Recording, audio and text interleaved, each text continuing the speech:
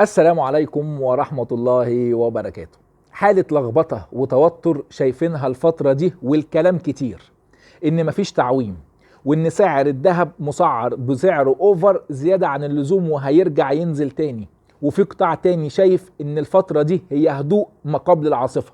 الذهب بينزل 5 ويطلع 5. يا ترى هنشوف مستويات 2150 تاني لعيار 21؟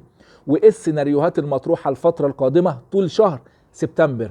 وهل مبادره زيرو جمارك هتخلص في ميعادها ولا ممكن تتجدد؟ وهل هنشوف مراجعه صندوق النقد الدولي يوم 15 سبتمبر اللي جاي؟ والسؤال المهم في الحلقه دي ومهم جدا جدا جدا، هل سعر الأونصة عالميا هيوصل 3000 دولار للأونصة اخر السنه 2023؟ كل دي اسئله شاغله بال حضراتكم وهجاوبك عليها، وما تنساش تعمل لايك. يلا بينا. السلام عليكم. في الاول حابب اشكر كل الناس اللي متابعاني على جروب التليجرام وجروب الواتساب، واي حد من حضراتكم حابب ان هو ينضم لينا هسيب لحضرتك اللينك بتاع جروب التليجرام والواتساب تحت في التعليقات، تقدر تتابعني عليه لحظه بلحظه وفي اي وقت. نرجع بقى للمهم.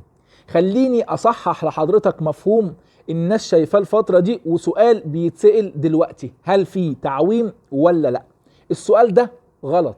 حضرتك دلوقتي عايش التعويم والسوق، وحضرتك بتتعامل على سعر السوق الموازي دلوقتي. وحاليا تجار السيارات والأعلاف والمواد الغذائية والأجهزة الكهربائية بيتعاملوا على سعر 40 جنيه فيما فوق. يعني حضرتك دلوقتي بقيت عايش التعويم. حضرتك دلوقتي مستني قرار رسمي فقط بتحريك او بتخفيض سعر الجنيه قدام العملات. هتقولي ايه اللي معطل الدنيا دلوقتي؟ هقول لحضرتك ان لسه طلبات صندوق النقد الدولي لسه ما خلصتش. غير كده ان تحويلات المصريين من بره بقت قلت 26% عن ما كانت عليه. اذا حضرتك دلوقتي عايش التعويم. هتقولي ده معناه ان احنا مش هنشوف 1500 و1600 و1700 و1800 لعيار 21؟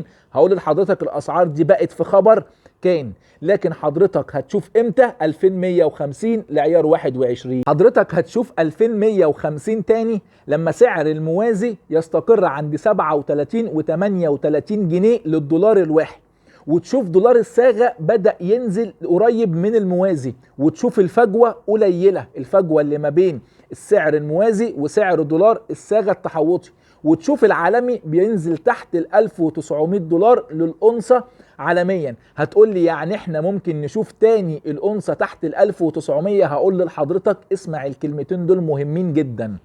يوم 13/9 اللي جاي حضرتك في بيانات التضخم الأمريكية. في حالة ان لو البيانات دي طلعت ايجابية للدولار وسلبية للذهب، اذا معنى الفيدرالي كده ممكن ان هو يبدأ انه يرفع الفايدة ويسيب الباب مفتوح للبيانات هي اللي تحكم.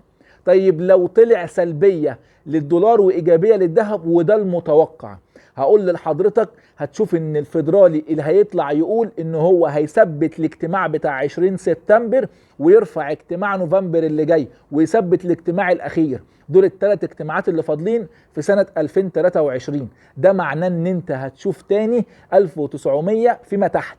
يبقى الملخص ان العالمي والفيدرالي هيحصل فيه ايه؟ هيثبت ويرفع ويثبت. طيب تعالى النهارده نتكلم عن السيناريوهات المطروحة الفترة اللي جاية. الكلام دلوقتي عن ان مش هيحصل خفض لقيمة الجنيه الا بعد الانتخابات، ده الكلام المتداول حاليا. طيب الانتخابات دي امتى؟ ميعادها في مارس 2024. طيب هل احنا هنقدر نصبر على الاقتصاد 7 شهور؟ وهل صندوق النقد هيصبر علينا الفترة دي كلها من غير تحريك لسعر الجنيه؟ هقول لك ان في سيناريو اقرب ممكن يحصل. ممكن حضرتك تشوف انتخابات مبكرة في شهر نوفمبر او ديسمبر على اقصى تقدير اللي جايين دول، ويبقى قبل اخر السنة، علشان بعد كده يبدأ يتم تخفيض لسعر الجنيه قدام الدولار. عشان كده السيناريو الاقرب، لان احنا مش هنقدر نضغط على الاقتصاد الفترة دي او ال7 شهور كل ده من غير خفض قيمة الجنيه. عشان كده بقول لك السيناريو هيبقى انتخابات مبكرة وبعد كده خفض بس في نهاية السنة الحالية. يبقى هل مبادرة زيرو جمارك هتخلص في ميعادها ولا ممكن تتجدد؟ الكلام الحالي اللي طلع هاني ميلاد رئيس شعبة الذهب قاله ان لو تم ما تمش مد الفترة بتاعت زيرو جمارك وطلعت الفترة هتخلص في ميعادها، الذهب هيغلى من 10 ل 15%، ولكن بنسبة كبيرة جدا تتجاوز 90%. لسه ما تمش الإعلان رسمي، لكن بنسبة 90% إنه هيتم تجديدها من 3 شهور ل6 شهور تاني، لحد لو تمت ل6 شهور يبقى آخرنا في مايو 2024. هتقولي طب انا هستفاد ايه من تجديدها يا عم حسام؟ هقول لحضرتك مش هتشوف ارتفاعات جنونيه الفتره اللي جايه. هتشوف ارتفاعات في الذهب في شهر يناير بناء على فك شهاده ال25، بس هتشوف ارتفاعات على حسب العرض والطلب، مش هتشوف ارتفاعات جنونيه زي ما شفنا الفتره اللي فاتت. وده هياخدنا للسؤال الثاني، هل هيتم تأجيل الاجتماع بتاع صندوق النقد الدولي يوم 15 سبتمبر ولا هيتم في ميعاده؟ هقول لحضرتك قولا واحدا هيتم تأجيله، والسبب ان احنا لسه ما كملناش تنفيذ طلبات صندوق النقد الدولي، عشان كده مش هيتم في ميعاده ولسه ما تمش الاعلان عنه. نيجي بقى للسؤال المهم جدا، هل ممكن نشوف سعر الأونصة عامل 3000 دولار اخر سنة 2023؟ الإجابة وقولا واحدا ده يحصل إمتى؟ يحصل مع وجود تحركات عسكرية مفاجئة أو انتشار وباء يطلع ويظهر فجأة، غير كده قولا واحدا لا. هيطلع واحد ويقول لي يا عم حسام ده الفيدرالي هيجي آخر السنة ويثبت الفايدة وهتشوف 3000 دولار زي ما بسمع من بعض الناس في الوقت الحالي. قولا واحدا هقول لحضرتك اللي قال لك كده غشك. خد بالك ان الفيدرالي قال هيثبت مش هيخفض، يعني حضرتك اقصى تقدير هتشوفه فوق ال2000 دولار 2050 وممكن 2100 دولار عشان يتخطى اعلى قمه وصل لها هو 2080، وممكن طول فتره 2024 الفيدرالي قال انه ممكن ما يخفضش، ولو هيخفض هيبقى من النص الثاني من 2024. يعني هتفضل في الحال ده فتره، مفيش حاجه اسمها 2023 يوصل 3000 دولار. الكلام ده مش موجود نهائيا. افهم الصورة صح، ما تخليش حد يقول لك وتمشي وراه علشان انت من جواك مقتنع انك عايز تصدق. افهم الصورة علشان ما حدش يلبسك في حيطة. 2023 يوم ما هيقفل السعر عالميا هيوصل ل 2050 و2100، ده على اقصى تقدير. مفيش 3000 دولار دي خالص. وارد جدا جدا ان بعد الفيدرالي ما يثبت ويقول مش هيرفع تاني يفاجئ العالم كله ويقول لا انا لسه مكمل عشان لقيت ان الاقتصاد بتاعي محتاج ان انا ارفع، ويرفع تاني ويهبد العالمي. خلي بالك ان 1950 و1980 ده دولار للأونصة عالميا. السعر ده احنا بنلعب فيه من 2020، الكلام ده مش دلوقتي. السعر ده معانا ومكمل، بس الناس مش قادرة تفهم ان الذهب ما زادش.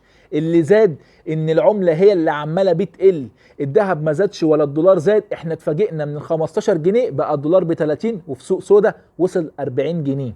طيب هل الوقت الحالي مناسب للشراء ولا لا؟ قولا واحدا لو حضرتك هتشتري لسنة كاملة فيما فوق، اشتري وقسم المبلغ اللي مع حضرتك 3 مرات، 2200 جزء و2150 جزء، واصبر على اخر جزء بعد التعويم. طيب هشتري ل6 شهور مش اكتر من كده، هقول لحضرتك استنى، ده مش وقت مناسب خالص للشراء. طيب هتقولي لو انا عايز اضارب، هقول لحضرتك هتضارب على الاسعار الحاليه، بس ما تكونش عايز الفلوس دلوقتي خالص، لان ممكن فتره الطلوع تهدى شويه وممكن تلاقيه طلع 100 جنيه ورجع تاني. فالمضاربات دي انت وحظك. في الاول وفي الاخر دي وجهة نظري ومش بلزم اي حد من حضراتكم بيها. لو عجبك الفيديو ما تنساش تعمل اشتراك في القناة وتفعل زر الجرس عشان يجي لك كل جديد، واي حد من حضراتكم عنده استفسار يقدر يسيبه لي في التعليقات وهرد على حضراتكم. سلام.